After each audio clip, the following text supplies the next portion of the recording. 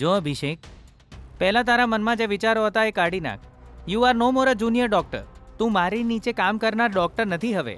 જાતે કોઈ પણ કેસ હેન્ડલ કરી શકે છે તું. તરત જ જે મેડિસિનની જરૂર હોય એ ઓર્ડર આપી દે. સેમ્પલને લેબમાં મોકલી દે. સિસ્ટર, ઇન્જેક્શન આપો.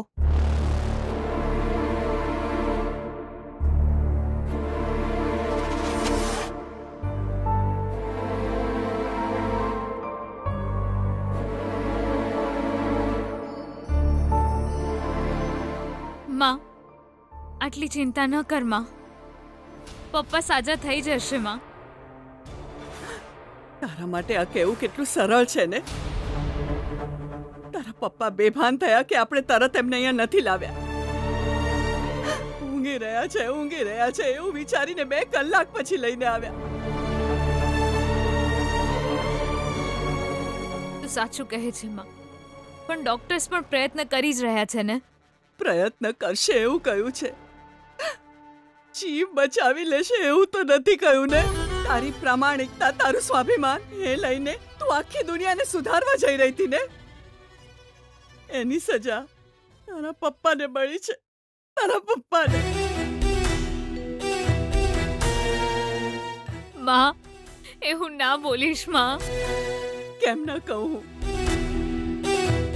કેમ કે તારું આ સ્વાભિમાન આજે મારા પતિનો જીવ લેવા તૈયાર થયું છે. જોઈને તું આનંદ કર.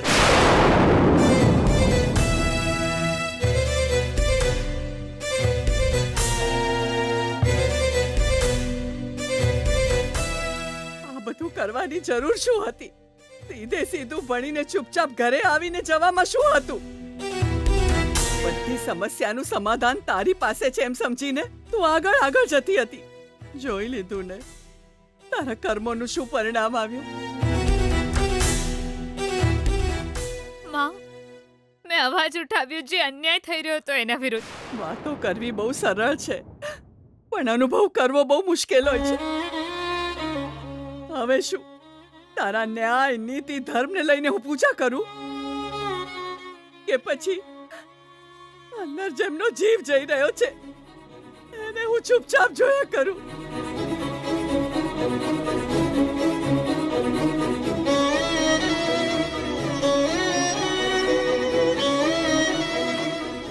અત્યારે જે સંકટ આવ્યું છે એમાં તારા સ્વાભિમાન, તારા સન્માનનું શું કરું? બોલ ને, બોલ.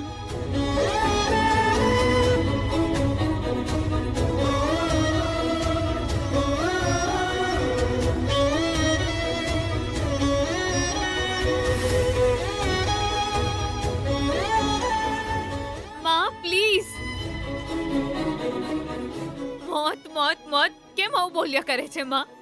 પપ્પાને કંઈ નહીં થાય માં. એમને જીવવું પડશે. એમને જીવવું જ પડશે. નહીં જીવે તો એમણે કહેલી વાત સાચી પડશે. દીકરીઓને કારણે જ એમનો જીવ જશે. એમણે કહેલી આ વાત સાચી પડશે બેટા.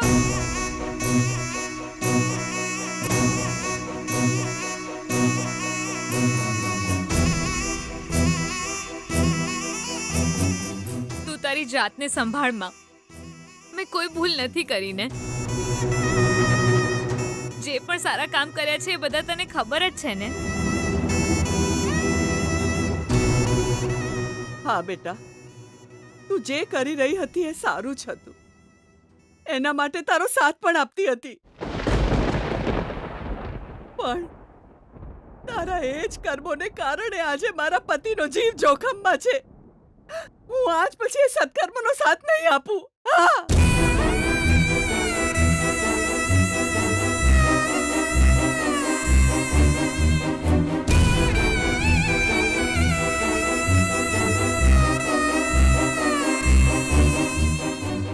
આજના જમાનામાં સત્કર્મ કરવા ખરાબ છે, સારા કામ કરવા યોગ્ય નથી.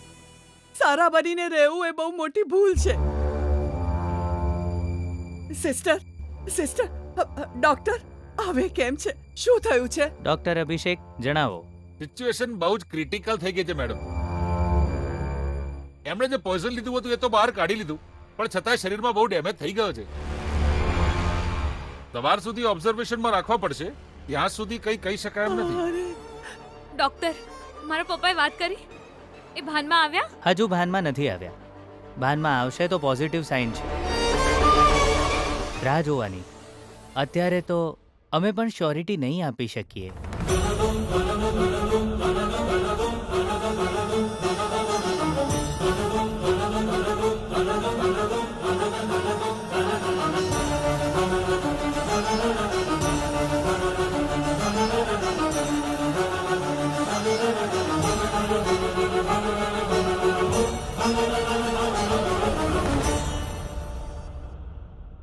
શું થયું?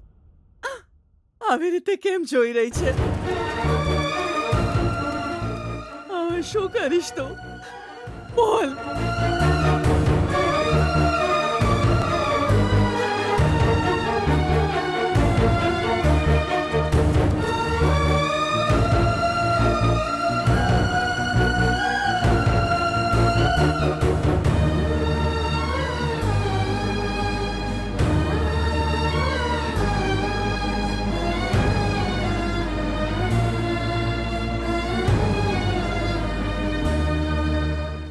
એટલે જે ટેલેન્ટ મારી પાસે નહીં એ તારી પાસે છે રીતે આવી ગયું એ જ વિચારું છું. હવે શું થયું? હું થયું એમ નહીં, તે જે કર્યું છે એ જ મેં જોયું છે. તારા પર આવેલી મુશ્કેલી તે જે રીતે બીજાના ગળે નાખી દીધી ને જે રીતે તારું કામ કઢાઈ લીધું.